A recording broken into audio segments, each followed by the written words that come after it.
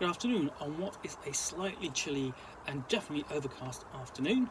It is Monday the 16th of August. I am back in the reading nook with a few parcels and of course a nice hot cup of tea.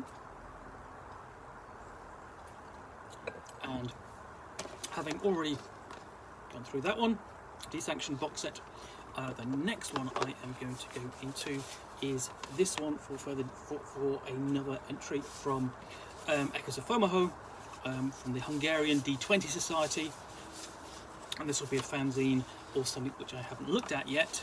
So I'm pulling it all open,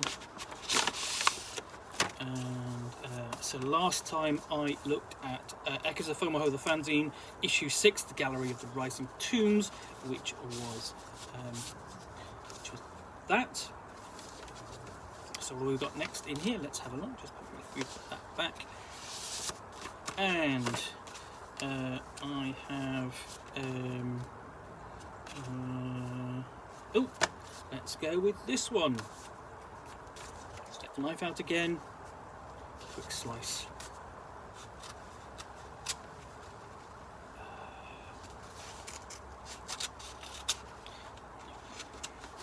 And what we have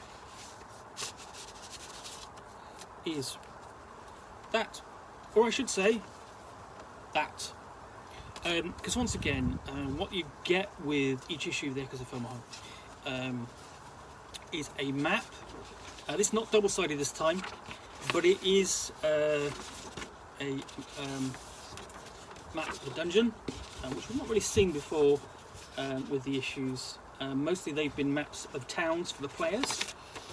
And this is Echoes of Fomalhaut from the First Hungarian D20 Society, Gabor Lux, issue 7, from Beneath the Glacier. Now, this is a fanzine dedicated to essentially AD&D, or basically Advanced Dungeons and Dragons, and its retro clones, so Osric, for example, or you could do it with Advanced Labyrinth Lord. And what we've got, this is an issue dealing with archaic horrors and the like. So opening up, these issues are always kind of quite tightly packed in terms of information. We've got from Beneath the Glacier, which is the signature scenario. It's an adventure module for levels 5 to 7, accompanied by a nice bit of artwork there. And we go deeper into the glacier and find out what is underneath it. See if we can find a map. Yeah, here we go. From Beneath the Glacier, there's the map. And this is Gabor Lux. It's basically the rough, I say rough style, but essentially the same style that is used for all of the maps in the fanzine. Really quite plain, simple. I mean, nothing. It's nothing particularly sophisticated.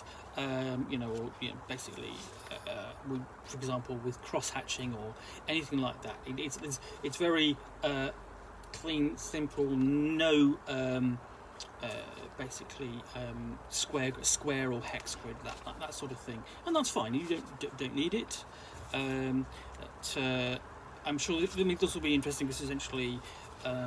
Beneath the Glacier is going to be an interesting cold environment, and there are lots of monsters you can put in there. It all goes all the way back to that kind of thing. Always goes back to G2 Jarl or Jarl of the Ice Giant King, which was the middle scenario of the Giants trilogy for D&D, published in 1978. So there probably aren't any ice giants in there, but there'll be lots of similar creatures. So second adventure, the Hetacomb of Morthvol. This is the 2nd to 4th level, and it's a much smaller adventure, really just running to 3 pages, I think. Yep, 3 pages. And this really is quite basically what the this and the last issue really kind of packed a lot of adventures into their pages. I think essentially, so here's the map. We've got quite a small area, simple adventure, but plenty of detail. I mean, in all of these adventures, they're always nicely written up. And then we go into the Tomb of Ali Shalwa, which is an adventure for fourth level, which appears to be below the Garden of Vampanga. So we have basically a city cross section with the dungeon beneath, and then the tomb details here on the map. And then we have the first of the maps.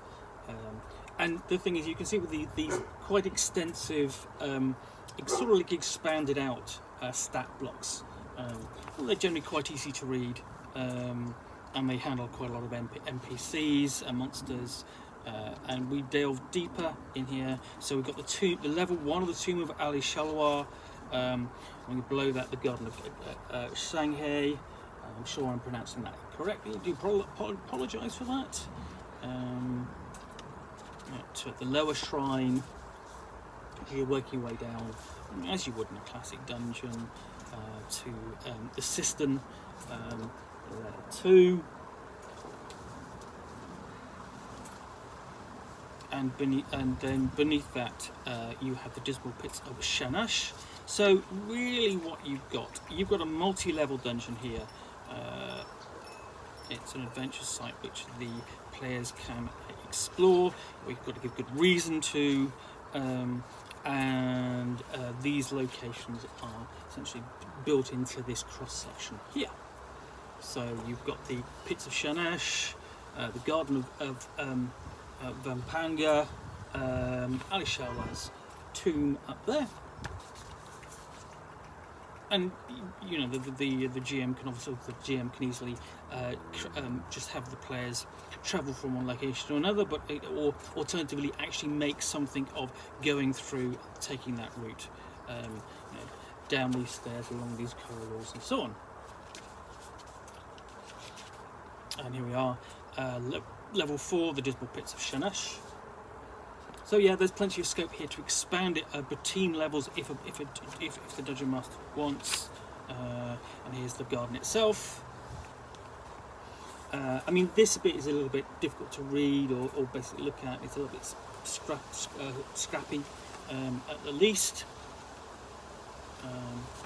And then we go to basically a bit more something else a little bit different. We have that White Hand and other sites of interest in the City of Vultures, which was explored in the previous issue. So we've got a nice little map of excerpt from the big map, and then we the details of the White Hand, which is essentially I think it's an organisation dedicated to crime, I think. And we have a House of the Hand, but it's a dark cult at the same time. We've got a breakdown of its membership and what its aims are, and then the basic details of the location where its headquarters are. So you get a lot of information in here, and as you can see, it's fairly quite tightly compact. Another location where you basically have a maker of mirrors and NPC, his workshop, and full details, and essentially lots of background there, stuff that the Dungeon Master can bring into his or her game when she's running this. So yeah, and then we have the Destined Cell, a collection of musical enthusiasts crossing boundaries of class and status, from lowly priors to high-ranking aristocrats with interest in tones too weird to be pleasing. So yeah, essentially an odd group of grouping that's linked to the White Hand, but not necessarily part of it. So there's quite a lot. I mean, really in here, I think you've got a lot of content you can bring to your game if you need it, with the adventures, and then of course if you've taken the content from issue 6 with its focus on the City of Vultures, then you can go further forward and essentially add this content in as well, and make the city a bit somewhere to adventure, somewhere to explore, and basically somewhere where you can interact with the NPCs. So again, really kind of impressed by this issue. Nicely done. Going to look forward to reading this and reviewing it in the near future. In the meantime, thank you very much for watching another unboxing in the Nook. If you've enjoyed this, please do hit the like button down below. And if you've got any comments or feedback, I do take the time to read them, and I do appreciate you basically responding to my videos. And lastly, if you want to be alerted to yet more unboxings in the Nook, then click that subscribe button, and you will see me here with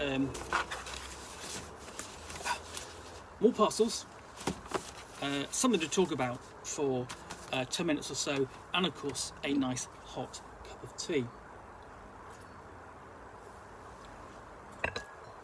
Lastly, thanks for watching, and I'll be back again soon with another unboxing in the Nook. Bye for now.